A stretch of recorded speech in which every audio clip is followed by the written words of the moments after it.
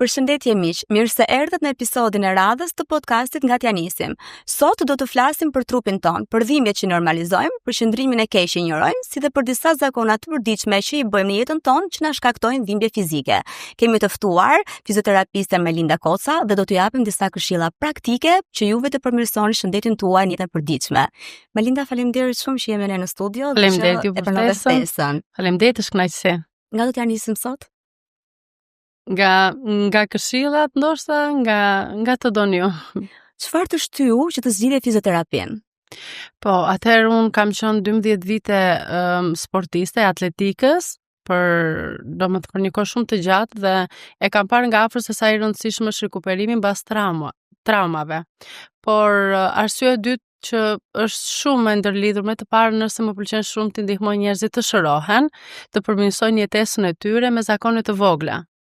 Apo i profesion shumë human, pa diskutim që por mund të na shpjegosh pak më shumë të lutem se çfarë është fizioterapia për ne që nuk kemi shumë informacion në lidhje me këtë temë.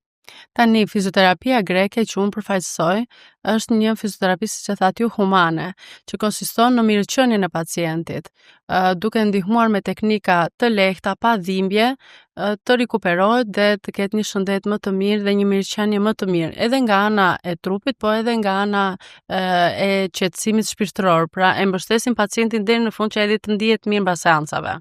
E kuptoj, po mirë, si do ta kuptoj pacienti që ka ardhur në pikën që nuk mban më dhe të vit tek fizioterapisti, apo ka disa etapa më përpara që njeriu duhet i ketë në alertin e vet që mos ta çojë deri në atë grad sa të vikë fizioterapisti? Për sa i përket shenjat alarmante, zakonisht në atë fazë na vijnë pacientët, ku edhe është më e vështirë rehabilitimi dhe shërimi i problemit, por shenjat normalisht që trupi jon ka ato bodyguardet e veta dhe na i tregon sinjale, si për shembull mund të jetë dhimbja konstante për më shumë se 3 javë, mpirja, maramendja, mizërimi i duarve apo i këmbëve, parhatia në gjumë, ndoshta mungesa e oreksit, dhe nëse shkojmë edhe të problemet më serioze që lidhen me sistemin nervor, mund të jetë humbja e kujtesës, probleme me shikimin, probleme me të vjellët e tjera. Kaq ekstreme? Po. Është? Janë të lidhura të gjitha me njëra tjetrën. Kush janë tre problematika që njerëzit vijnë më së shumti tek ju? Tani, gjithmonë problematikat posturale, siç janë spondyloartrozat që lidhen me qafën, skoliozat që janë devijimet, dhe këtu kemi edhe moshat e vogla, dhe herniet diskale. Por normalisht edhe trauma, domethënë rastet post-traumatike, rastet pas aksidenteve, pas operacioneve, janë edhe ato prezente dhe ne i trajtojmë. Melinda, ti në profilin tënd ke shkruar shumë herë që 80% e njerëzve marrin frym gabim. Si ta kuptojmë ne që marrim apo jo frym mirë ose gabim? Tani, ekziston vetëm një frymarrje e rregullt dhe është frymarrja që i them me bark. Pra, kur ne marrim frym, duhet që barku jon të tërhiqet. Dhe frymarrja e gabuar është frymarrja e stresit, dhe quajmë kështu sepse është frymarrje e shkurtër dhe nuk arrin ajri të kalojë në tru dhe të kthehet në oksigjen, që do të thotë marrim frym me unë dhe nxjerrim me unë. Ndërkohë që frymarrja e rregullt është marrim frym me unë, 2 sekonda dhe nxjerrim me gojë. Normalisht këto janë, le të themi, zakone të vogla që duhet të ndryshojmë çdo ditë. Dhe nëse i praktikojmë, ndoshta edhe tani po e provoj aty, do kuptoni që është shumë e rëndësishme frymarrja e plotë, frymarrja me bar. Ti jep atë ndjesinë që zgjerohet krahërori dhe ndihesh më i qetë. Kurse frymarrja e shkurtër është frymarrja e stresit dhe normalisht rrit edhe presionin e stresit, pra ndihesh më i dobët. S'ke energji. Në fakt duket si një ushtrim, apo po ta fillosh ta përdorësh shumë herë në jetën e përditshme të bëhet pjesë e zakonit apo jo? Se po tani që e provova më duk shumë e vështirë. Është edhe lidhur 100% edhe me aktivitetin fizik. Pra, sportistët gjën e parë që mësojnë është se si do marrin frym. Dhe kjo konsiston në muskuj më të fortë edhe në rezistencë më të madhe tek presioni i aktivitetit. Kështu që frymarrja me bark është rëndësishme. Okej, po përveç muskujve të fortë, a ka ndonjë ndikim tjetër që na shkakton dëm në shëndetin tonë kjo lloj frymarrje? A ndikon negativisht? Negativisht, po. Po, normalisht, sepse personat që marrin frymarrje të shkurtra lodhen më shpesh. Kanë, le të themi, një rezistencë tek moshërit më të ulët, ndihen më të plogësht. Dhe kjo vjen Dhe kjo ka pasoja, e kuptoj. Do flasim pak për përdorimin e celularit, por edhe të kompjuterit ose edhe të librave që lexojmë jo në mënyrën e duhur. Lexova një artikull që thoshte që pozicionimi i keq i mbajtjes së celularit peshonte koka, ndikonte pra direkt në peshën e kokës deri në 18 kg. Aq sa një fëmijë themon 5 vjeçar. Kjo është shumë. Është shumë dhe është alarmante.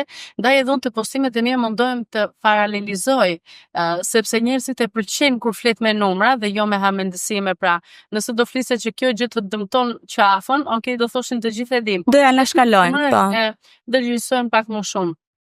Normalisht unë i këshilloj pacientët e mjekësit e mi që telefonit ta mbajnë në lartësinë e syve. Kompjuterin po ashtu të rregullojnë karrigjen, se gjithçka vjen nga karrigja, edhe kompjuterin në lartësinë e syve. Nëse duan të lexojnë, të mbledhin këmbën, të drejtojnë shpinën dhe ta sjellin librin në lartësinë e syve. Mirë, nëse mund ta ilustrojmë. Bie që telefoni të jetë këtu, ky është pozicioni, po është pak e vështirë. Është e drejtë. Ne kemi atë tendencën të rrim kështu, të krusemi, por qëndrimi për kohë të gjatë, që fatkeqësisht celulari sot është mjeti pa thjet në zakon. Është një zakon që është shumë i vështirë pastaj për të çmësuar. Po është dhe një zakon që ty të shkakton dhimbje fizike, përveç deformimeve, sepse tek fëmijët për shembull që janë mosha shumë të vogla dhe përdorimi i gjatë që edhe në zhvillim, vjetre edhe ndryshimi i shtyllës i postural apo jo. Dhe pastaj është e vështirë për ta riparuar. Tek fëmijët është e vështirë sepse kemi të bëjmë me mosha të vogla dhe se sa do ndikojmë te ndërgjegjësimi i tyre. Nga ana posturale, shpina shërohet më shpejt se sa te dikush që normalisht ka një moshë pjekurie. Dhe është e rëndësishme që të punohet me fëmijët që në ato, le të themi, shenjat e para. Prindërit e dallojnë. Ku e dallojnë? Nëse një fëmijë ka deformime, dallojnë edhe pozicionin e gjumit, se si e gjejnë në mëngjes. Një trup që ka deformim të gabuar, atë po thonë se mban edhe gjatë gjumit, po edhe gjatë qëndrimit në karrige, po edhe gjatë qëndrimit në tavolinën e punës, në divan e tjera. Nuk kjo është më vërtet pozicioni pune. Po të mund diçka këtu që jo domosdoshmërisht mund të rrim 18 orë në ditë drejt, sepse trupi jon ka elasticitet. Normalisht që mund të rrim edhe pak të krusur, e pak të mbledhur. Zakoni i kërrusjes si problematika siç janë humbja e lordozës cervikale, që më pas kthehet në kifosis, që më pas ajo mund të kaloj deri në hernie të zonës së mesit, që quajmë ne zonës lumbare. Që pastaj kalon deri në operacion, pastaj nuk është rëndot as në fizioterapi apo jo? Në grada të avancuara, po. Fizioterapia edhe operacion. Me që përmendet pak pjesën e gjumit, do diskutojmë pak në lidhje me jastikun. Se gjumi besoj njihet, domethënë, si një nga pikat kyçe të një shëndeti të mirë të çdo personi, por kush është ai sekreti i një gjumi të mirë? Mendoj që është jastiku apo jo? Po, deri diku. Tjetër që po, nëse po flasim për gjumin dhe duhet përmendim jastikun, atëherë nuk ekziston më saktë një jastik që na përshtatet të gjithëve, sepse jemi trupa të ndryshme, pesha të ndryshme, me problematika shëndetësore të ndryshme, por ideali është ai që as nuk e mban qafën lart, pra në të heqje, dhe as lejon që qafa jon të varet. Është një jastik mesatar, pra as të zhytet, si dikur që preferonin për shembull me pupla, nuk e ndihmon fare qafën që le të themi të çlodhet nga lodhja ditore. Kështu që diçka mesatare, shumë i lartë as shumë i ulët. Por kjo teoria pa jastuk është në rregull se teoria apo është mit? Nuk e di, është teori mit dhe reale, po e di që me praktikojnë më shumë persona që nuk ndjejnë rehati. Pra kanë dhimbje të qafës, dhimbje të shpatullës dhe nuk durojnë dot as jastukun. Pra e shmangin. Vetëm zgjidhja. Po, do t'i shikoni që flenë të mbledhur. Duan të gjejnë një pozicion që të mos ndjejnë dhimbje dhe jastuku i pengon. Po, atëherë kjo është një red flag, ose mund ta themi, pra që të kurojmë atë pjesën që i shkakton problem dhe jo të heqim jastikun totalisht apo jo. Në përgjithësi ne kur bëjmë konsulta me pacientët, i pyesim si ke gjumin, si jeni me gjumin. Është shumë e rëndësishme, përveç faktit se si ai flen, çfarë përdor gjatë gjumit, a do jastikun apo jo. Njeri që ka probleme me gjumin dhe nuk flen mirë, tregon edhe problematika psikologjike, që ne i marrim shumë parasysh në seancë. na intereson edhe kjo pjesa, domethënë humane, e marrin në tërësi rehabilitimin e pacientit. Kjo ishte edhe veçantia e fizioterapisë greke që ju aplikoni, apo jo? Melinda, përmendim pak disa nga profesione që janë më së shumti ulur, si rrobaqepsët, shoferët, punonësit që punojnë nëpër zyra, që janë, le të themi, edhe nxënësit, po se orët janë relativisht të gjata ulur. Çfarë ushtrimi të bëjmë ne që të kemi një lloj përmirësimi ose të mos kemi dëmtim të shëndetit ton për orë të gjata? Ka ndonjë ushtrim që mund na tregosh dhe ilustrosh, të lutem? Para se të nis me një ushtrim, do t'jap një këshillë, që them edhe në videot e mia, çdo një orë të bën 5 minuta pushim. Domethënë, nëse ne punojmë 6 orë vazhdimisht apo jemi nxënës 6 orë, duhet të lëvizim të paktën 5 minuta çdo një orë që të mund edhe trupi të lëviz, muskujt të lëvizin dhe të qarkulloj gjaku. Atë që duhet të tregoj tani si ushtrim është gjithmonë nisem me ushtrimet e qafës, pasi atje më lidhen më shumë informacione dhe është zonë kuqe që lidhet edhe kontraktimet muskulare, edhe emocionet tona e tjera. Do nis me ushtrimin gjithmonë të sjapjes së qafës, një dorë e kalojmë vrapa dhe një dorë përpara dhe bëjmë zgjatjet anësore. Unë këto i këshilloj edhe për personë që sa zgjohen nga gjumi, ose të persona që janë shoferë dhe punojnë për orë të gjata. Ushtrimi i dytë është kthimi i qafës në të dy vrapa. Këto ushtrime që tregojmë aktivizojnë trapezusin, që është përgjegjës për lëvizjen e qafës, të shpallave dhe shkon deri tek mesi.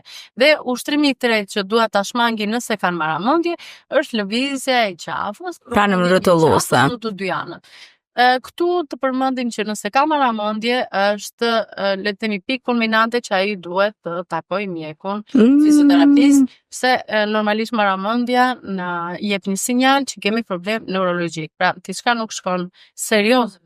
Po, si dhimbja e veshit që keni përmend edhe juve, zhurma më fal, e veshit, po, dhe kjo lidhet përsëri, pra. Problematikat e qafës, nëse i vani në formë horizontale, prekin veshin, nofullën, gëthitjen, përtypjen, sytë normalisht, pikjet e duarve, dhe pjesën e refluksit. Shumica e njerëzve që kanë refluks vinë mund të jetë një arsye edhe problemet e qafës, nauza, marramendje e tjera, edhe normalisht edhe dhimbjet, që është zona ballore, dhimbja mbrapa, por mund të shtohet këtu edhe ndjenja të vjedhit shumë e rëndësishme që e kam shumë e rëndësishme. Nuk kemi probleme stomakun, në shumicën e rasteve vjen edhe nga marramendja, edhe humbja e ekolibrit sigurisht. Kjo në mëngjes tat apo gjatë bërjes së ushtrimeve? Tani, ne kur ju sugjerojmë të bëni një ushtrim dhe në bazë të atij ushtrimi andje personi ndjen marramendje, do të thotë që qafa ka problem serioz dhe ka nevojë për rehabilitim. Por nëse ndjen edhe gjatë ditës, është akoma më serioze. Nëse ndjen kur ngrihet nga krevati që trupi duhet të ishte i shlodhur dhe në qetësi, atëherë tregon që e kuftova. Një pyetje, mund t'i shikojmë vetë për shkakun këto ushtrimet në internet, për shkakun sa ne jemi përgjithologët dhe çdo gjë gjejmë vetë në internet, apo ka nevojë pra që dhe ushtrimet që cilat ekzekutohen ti ndjeki një fizioterapist dhe të bëhen në formën e duhur dhe që të arrihet rezultati që ne po kërkojmë? Idealja është që të merret mendimi i fizioterapistit, pra të bëhet një vlerësim postural, sepse edhe ushtrimet janë të personalizuara. Në bazë të gradës së problemit, jepen dhe ushtrime përkatëse. Ju mund të shikoni ushtrime në internet, por ato ushtrime mund të jenë ose për në të avancuar, ose ushtrime për fillestar, që ndoshta ose ju përkeqësojnë gjendjen, ose nuk ndini asnjë lloj përmirësimi. Dhe fizioterapisti do ta ndihmojë pacientin që të gjejë ushtrimet që përshtaten atij. Të personalizuara, pra, kjo është shumë e rëndësishme. Pra, secili pacient është unik. Nuk mund të ketë të njëjtën diagnozë 100%. Dy persona mund të vojnë nga qafa dhe të kenë, le të themi, dhimbje të ndryshme, kozgjatja e dhimbjes mund të jetë më e shkurtër apo më e gjatë, secili ka moshë ndryshe nga njëri tjetri, po edhe nëse i marrin të gjitha pikat që të jenë një moshë, një peshë, një gjatësi, prapë secili trup është unik. Po stresi që ne e kemi me shumicë në kohëra që ne po jetojmë, a ndikon drejt për së drejti në dhimbjet tona fizike? Po, është e vërtet. Nëse bëhet fjalë për emocion që marrim nga jashtë, folëm në fillim për gardianë, trupi jon i ka disa gardian që atë e merr si rrezik. Dhe çfarë bëjmë? Mbledhim shpatullat ose i afrojmë afër veshit. Problem postural. Pra kemi dhimbje në pikat kyçe që ne i quajmë edhe trigger point. E kuptova. Do flasim pak për një temë që na prek të gjitha vajzave dhe grave, siç është përdorimi i takave. Kaq shumë i kemi shef, por kaq shumë na dëmtojnë. Apo jo, çfarë mund ta thuash për këtë gjë? Takat, jo se na dëmtojnë aq shumë, por ne kemi një problem shumë të madh që nga lindja, që kur ngrihemi në këmbë përdorim këpucët e gabuara. Që atje fillon problemi, nuk është te takat. Takat kemi arrit në një moshë madhore që mund të përdorim. Në përgjithësi takat preferohen që të jenë 5 cm. Është ideale. Nuk sjell probleme në shëndet. E kisha fjalën për takat e larta, 10 cm stiletot, etj. 5 është ideale. Mbi 10 cm normalisht, sa më shumë të ngrihet femra, aq më shumë shkon presioni te gjunjë dhe do kemi një disbalancim të mesit. Shumica e vajzave kur përdorin taka, më them mesi. Sepse nuk e mbajnë dot posturën drejt. Normalisht është shumë e vështirë që një person i cili nuk ka këmbë të forta të qëndrojë për kohë të gjatë në majtë të takave dhe kjo të mos i sjellë probleme posturale apo dhimbje apo shqetësime me kabilin, me gjunjë dhe me mesin. Ne ju thatë 5 cm, po më poshtë edhe më poshtë sjell problematika, për shembull balerinat? Nuk lejohen absolutisht. Sidomos te personat që kanë probleme posturale, janë një X i madh, nuk lejohen sepse shkon gjithë problemi, gjithë ngarkesa tek këmbët dhe shëndeti jon nis nga këmbët. Pra, balerinat që nuk bën harku dhe lartësia, këmba jon nuk përballon dot ato amortizatorët që kemi ne të brendshëm dhe sillin probleme me kabilin, me pulpat dhe sa shkon edhe domethënë ngjitet më lart te gjunjët, te mesi, te shpallta, mund të kemi probleme posturale nga këpuca e gabuar. Ndaj dhe unë i përmend në këshillat e mia që fëmijëve, po ju në vlerësime posturale që sa ngrihen në këmbë dhe përdorimi këpucën e duhur. Më e rëndësishme se çdo lloj rrobe e bukur për fëmijën është këpuca e mirë. E mirë dhe cilësore. Zhvillim edhe trupor të shëndetshëm. Kishte një këshill shumë e bukur në fakt, jo vetëm për vajzat dhe për gratë, por edhe për fëmijët, se në fakt shëndeti është mbi të gjitha kryesor që ne duhet ta kemi në fokusin dhe në prioritetin ton. Malinda, po vet fizioterapistët si shërohen? A ka nevojë një fizioterapist për fizioterapist? Po, patjetër, mendoj që secili prej nesh ndjen dhimbje, edhe ne jemi njerëz, pavarësisht se jemi ato që mundohen të rehabilitojnë dhe të shërojnë dhimbjen e të tjerëve, por fizioterapistët kanë vetë disiplinim, që do të thotë, din të ushtrohen çdo ditë që të mos arrin të kenë dhimbje dhe problematika të mëdha në shëndetin e tyre. Kush më mirë se ata dinë që probleme posturale nisin nga neglizhenca, nga mungesa e aktivitetit fizik, nga ngritja e peshave pa kriter. Kështu që kanë nevojë her pas here t'ju bëhet një trajtim i mirë trupor për çlodhje, për qarkullim normalisht. Por duhet të jenë shumë të rregullt edhe me veten e tyre. Nuk e di, por mendoj që ju si paciente e keni shumë të rëndësishme të shikoni edhe një fizioterapist i cili përcjell një imazh të shëndetshme.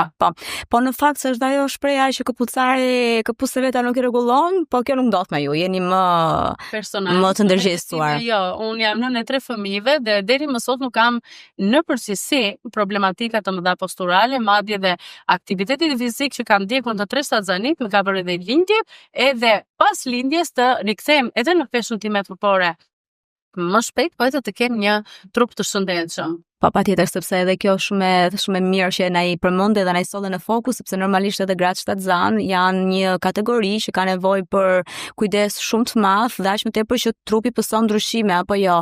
Edhe pesha e shtatzanis mund të ketë dhimbje të ndryshme në trupin e tyre apo jo. Për shkak të ndryshimeve që ka trupi i gruas gjatë 9 muajve të shtatzanis, edhe psikologjike normalisht, pra janë ndryshime të mëdha, hormonale, trupore, mendore, normalisht, prandaj dhe ne ndjekim edhe gratë shtatzana edhe me këshilla, edhe me mbështetje emocionale. Dhe kush më mirë se një grua që është vetë profesionit, por është edhe vetë në mund të japi këshilla të mira posturale tek gratë shtatzana tek ne. Përmendesh që ke 3 fëmijë, ti kesh me jetë? Si e në shtëpia, ja i polici keq që gjithkohës korrigjon qëndrimet edhe zakonet e jo të mira që bëjmë në fëmijët? Tani, unë mundohem me thënë të drejtën që fëmijët e mi ti ruaj dhe ti edukoj. Janë fëmijë që dallojnë në klasë që shndrojnë drejt. Pra, do të thotë që ka dhënë efekt këshilla ime, tashmë nuk mundohem aq shumë. Më duket sikur e vë refleks e shoh mami do na korrigjoj. Dhe po normalisht mundohem për më të mirën dhe nuk vuajnë vetëm fëmijët e mi nga kjo gjë, po vuajnë gjithë njerëzit që më rrethojnë, shoqëria ime, domethënë miqtë e mi, familjarët e mi që mundojnë t'i këshilloj që Ata janë shumë e fatë që kanë një njeri fizioterapist në afër. Shumë e fatë që janë gjithë kohën duke mu ankuar të gjithë së bashku. Dhe çfarë ndodh me familjarët, ata të kërkojnë këshilla, por nuk i zbatojnë. Okej, kjo besoj është problemi më i madh që kanë shumica e pacientëve. Okej, e kuptova. Nuk ka këshillë se nuk do ta praktikosh. Në fakt e kemi si edukat ballkanase në këtë pjesën që nuk i dëgjojmë këshillat. Me çfarë lidhet kjo? Nëse flas për fizioterapia, fizioterapia ka vetëm 12 vite në Shqipëri. Dhe shkencën e rrugtimi, pra larg ilaçeve, duke munduar si shkencë çfarë të bëj, të rizgjojë ato gardianët që themi të vetë shërimi. Trupi jon lind me të gjithë potencialin dhe mundësinë që të vetë shërohet. Pra realisht kur dikush vjen tek ne me një dhimbje XY, trupi e ka bërë teorinë e tij për ta shëruar, po ky njeri insiston të mos jetë i kujdesshëm për shembull në përdorimin e telefonit dhe ai problemi vetë. Por kanë filluar njerëzit të ndërgjegjësohen, të na pyesin, marr qindra mesazhe çdo ditë, çfarë mund të bëj që të përmirësoj cilësinë e jetës. Unë jam shumë e lumtur dhe jam shumë aktive në rrjetet e mia sociale. Edhe kam qejf të takoj nga afër, po edhe përmjet Instagramit mundojnë ti këshilloj. Nuk e di se sa e praktikojnë, po fakti që dikush kërkon një këshillë, pa diskutim. Po dhe informacioni nëse jepet i saktë, kjo përsëri është një lloj gjë e mirë që ne kemi jetën tonë. Më pëlqeu shumë fakti që thej që trupi jon ka aftësi ti vetë rregulloj këto, ti vetë shëroj dhe vetë rregulloj këto defektet tona. Pra, jemi shumë e fatë pra që kemi këto mekanizma vetë shëruese, sepse për ndryshe do kishim komplikacione më të mëdha, apo jo? Dhe me thonë, duhet gjithmonë edhe fokuset e ndërgjegjësimi, por edhe vetja që mos ta lëm gjën deri në gradën e fundit, ku dhe fizioterapisti nuk ka se çfarë të bëjë më pastaj. Më pëlqeu dhe fakti që thef që fëmijët dallojnë në klasë nga qëndrimi. Mos ndoshta kjo duhet të jetë pjesë edhe e ndërgjegjësimit dhe edukimit në klasa që në moshat e hershme që fëmijët fillojnë shkollat, do ishte një ide fantastike. Fantastike, madje unë kam sugjeruar edhe mësuesve, edhe njerëzve që mund ndjekin në përgjithësi që ti ndjekin këshillat e mia, por çfarë ndodh? Në vendet e zhvilluara, unë po flas për Greqinë që kam jetuar me 20 vite, normalisht çdo 6 muaj, infermieri apo mjeku i shkollës ju vën vlerësime posturale. Po edhe siç bëhen edhe vizitat e gojës, të syve, po. Ka që rëndësishme edhe vlerësimet posturale. Se normalisht fëmijët e sotëm do ta bini re kanë edhe një zhvillim më të madh, janë më të gjatë se fëmijët e dikurshëm dhe kanë nevojë që çdo 6 muaj të shifet se çfarë ndodh me shpinën, çfarë zhvillimi ka, çfarë nevoja ka, a ka nevojë për suplemente, a ka nevojë për vitamina, si ti ruajmë fëmijën që të kenë një zhvillim të shëndetshëm. Sepse njerëz sepse fëmijët dhe nga njëri tjetri në kolektiv, nëse praktikohet një ushtrim në kolektiv, atëherë mësojnë më mirë, aq më tepër që edhe ushtrimet siç e ndihmojnë shumë edhe në përqendrimin në mësime pastaj. Pra le të themi, qoftë mëngjesi të nis me disa ushtrime të thjeshta dhe të bukura, që i përmirësojnë dhe i ndryshojnë dhe kthehet në zakon, do ishte një zgjidhje shumë e mirë.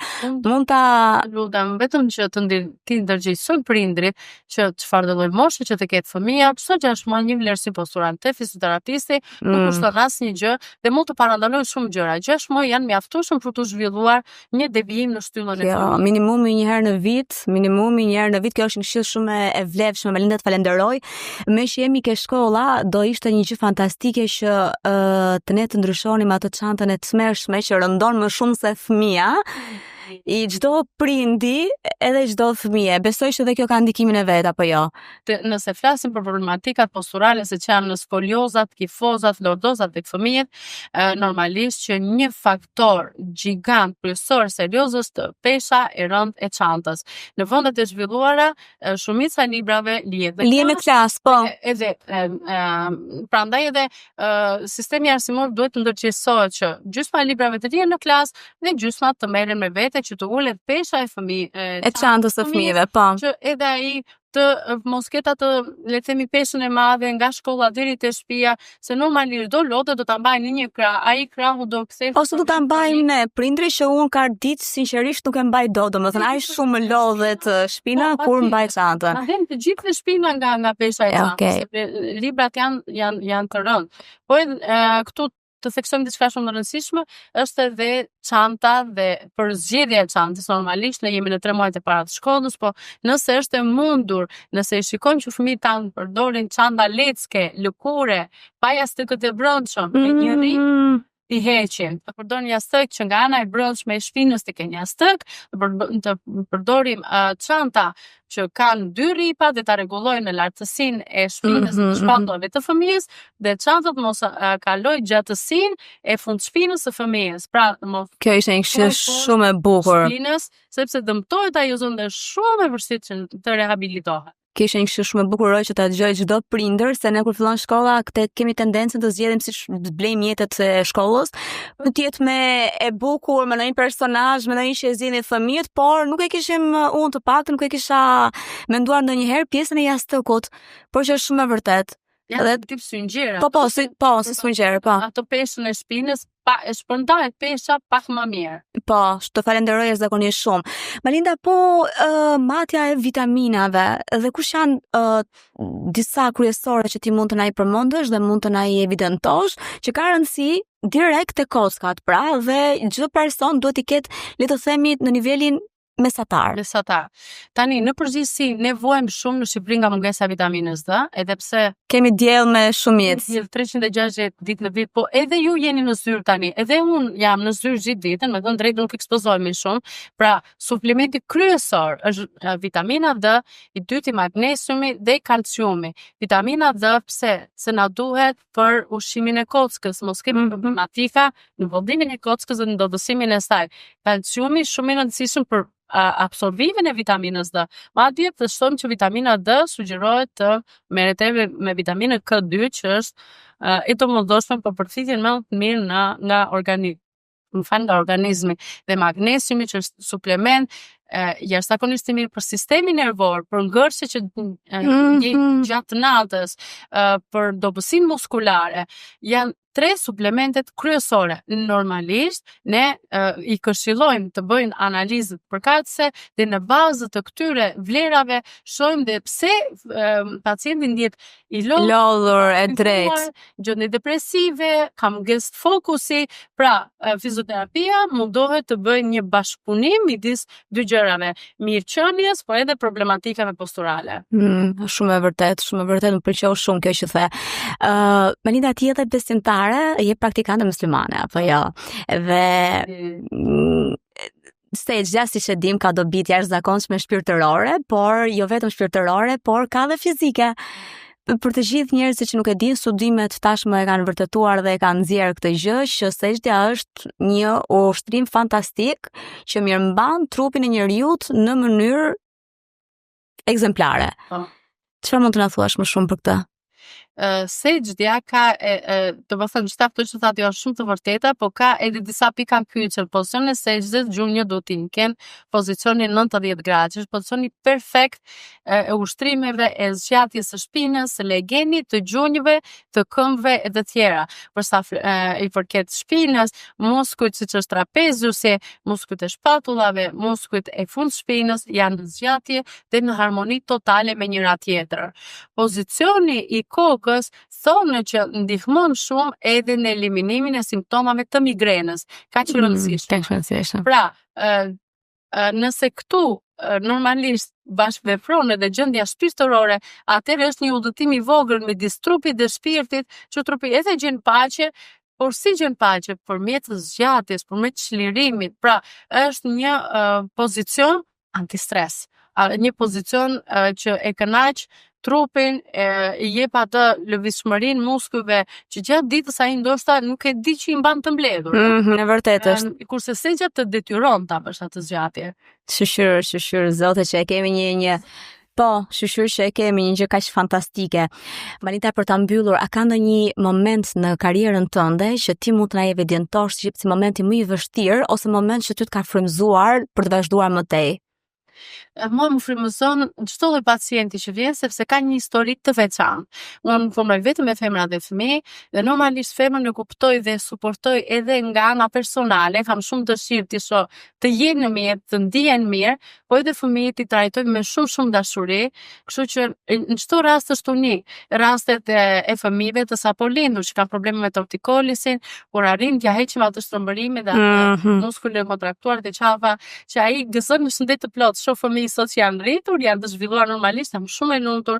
Rastet që mjekët i ka sugjeruar, po themi, operacion dhe ne kemi rehabilituar 100% pa operacion, janë raste që mua më frymëzojnë dhe më lumturojnë pafund, po secili prej pacientë, secili person apo secila paciente që vjen kërkon ndihmë, që unë ta ndihmoj që ai të shërohet, për mua është kënaqësia më e madhe. Është dhe mision, një farë forme përveç të profesionit. Është dashuri, është përkushtim, është më shumë se sa një profesion. Se profesioni e ka të kufizuar edhe atë që profesion human, pra dhe mua mbet shumë shefi që mund t'i ndihmoj. Edhe mua mbet shumë shefi, të falenderoj shumë që zhvilluam këtë bisedë me kaq këshilla praktike dhe që kisha përballë një person kaq human si puna jote. Uroj që të gjithë që po e dëgjojnë këtë intervistë të kenë përfituar sa më shumë. Dhe juve që na ndoqët, uroj që këto këshilla që ne dham që ndryshojnë sa të pak mënyrën e jetesës tuaj, ndoshta është koha që të ndryshoni jastikun ose të ndryshoni mënyrën se si qëndroni apo se si rini. Deri në episodin tjetër, kujdesuni për trupin tuaj.